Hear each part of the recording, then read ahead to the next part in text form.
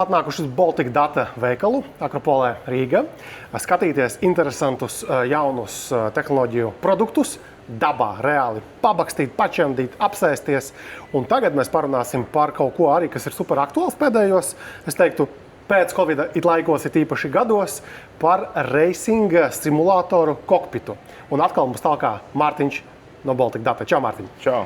Tātad, Lorgar Zīmols ir uzbūvējis savu pirmo racing kokpitu. Pie tam racing kokpitu salokāmu. Ja?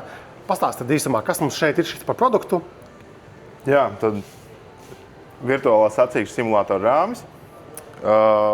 Šobrīd, ja mēs tā skatāmies spēļu pasaulē, ir viena no vispār racing simulātora, tas ir viena no numur 1 trendīgajām lietām.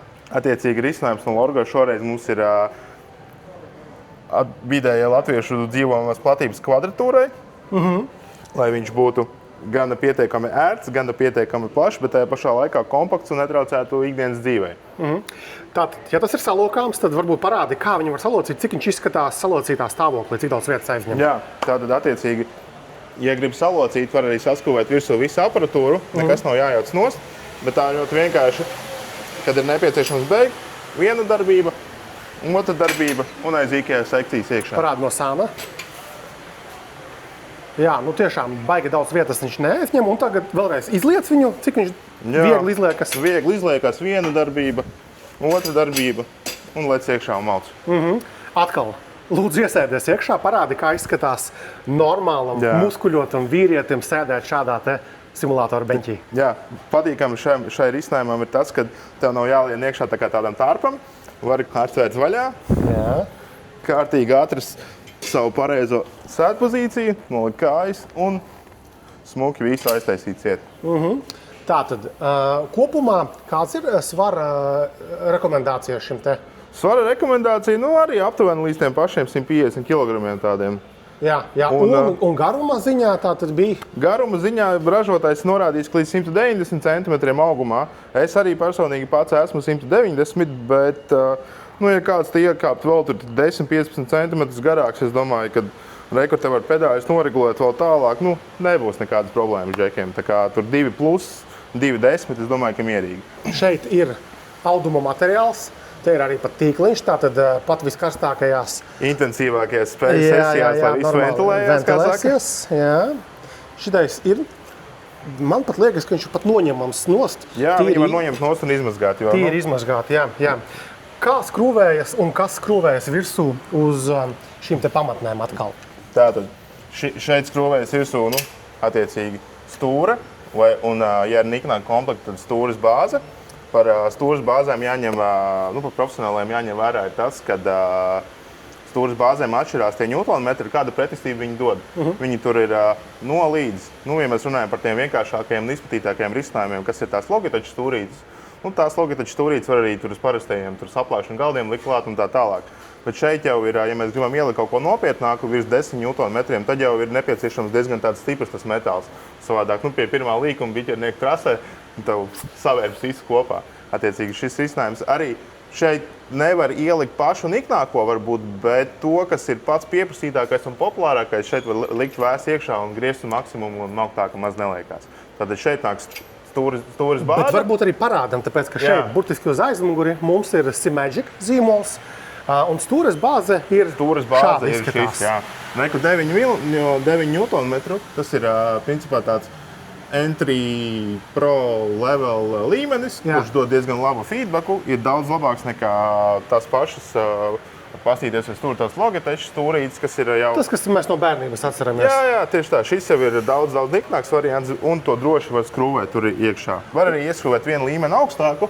Un tad uz tās bāzes mēs varam piemeklēt tādu pašu stūri, kādu mums vajag, ja? Jā, visas šīs stūrītes, plus vēl papildus, ja ir, šitam ir ļoti, ļoti forša tāda lieta, kad ir pieejama tāda speciāla pārēja, ka var paņemt šitien, ten uzmest tāci. Rekur, tās stūris nāk šādi nost. Šitās ir, tā kā tās SIMAGIC stūris, kas ir, speciāli radītas priekš tā tur simulātora. Bet SIMAGIC ir izdomājis tādu lietu, var nopirkt atsevišķu tādu pārēju, un tur var uzmest virsū principā savu bīteru stūri. tās pašas, kas tirgojas tur zem kapata vai pa 50 eiro gabalā. Ko tad sajusties kā mājās. Jā, sajusties kā mājās un vispār nekādas problēmas. Tad tev ir tieši tāda pats stūra, kā tavā bumerā iekšā ir. Jā, ejam atpakaļ. Es redzu tālāk, tad nākamā lieta mums ir pamatnīte, kur pielikt, piemēram, pārnesumu pārslēdzēju. Jā, vienā pusē var pieskrūvēt, priekš hidras, priekš pārnesuma.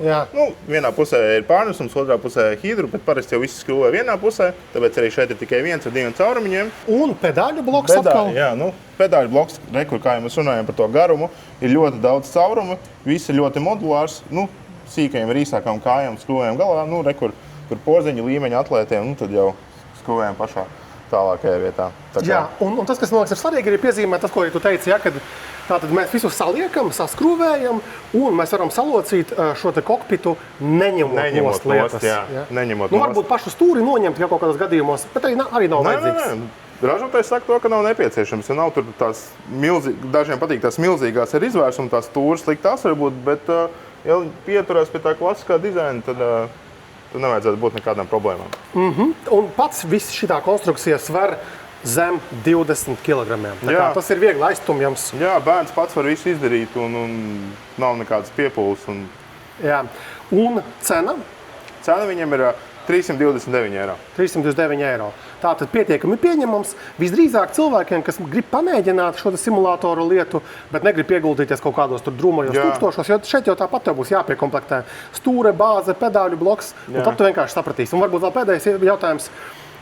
Kādas spēles, racing simulators, tu iesaki pamēģināt ar šādu jau kokpitu? Kas ir tas top šobrīd?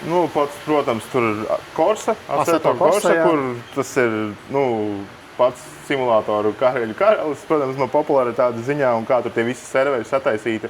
Un arī kāda Latvijā ir diezgan liela komūna uz to visu pasākumu. Un tad pārējais jau pēc galvenas lietas. Tur to pašu VRC cilvēkiem patīk spēlēt, dažiem patīk.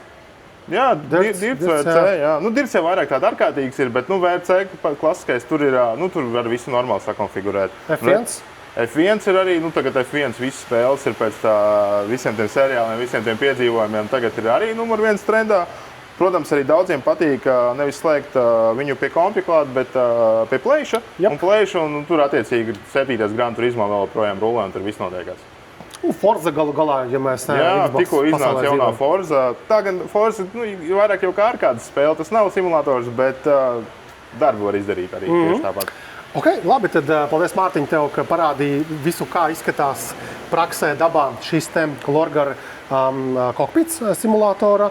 Un varam droši nākt uz Akropola Rīga Baltic Data veikalu un dabā paši paskatīties, kas tas ir, kā tas izskatās, iesaisties, pačamdīt. Ja? Tieši tā, vai arī uz jebkuru citu Baltic Data veikalu. Esam visā Latvijā, 18 lokācijās, tā kā droši.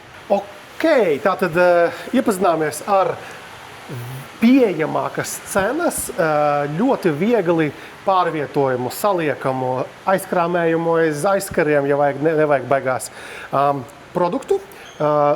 Es tiešām arī forši, ka var atnākt un pačamdīt dabā, jo viena lieta internetā smukās renderu bildītes, kā tas viss izskatās, bet Baltic Data veikalā šeit atnāci, paskatījies, turpat blakus arī visas šīs stūrītes bāzes, var paprasīt, varbūt, lai parāda, kā tas viss skrūvējas klāt, tā kā izmantojam šādas te iespējas un patestējam, šādas te jaunas produktus. Paldies, ka skatījāties šo video. Tā!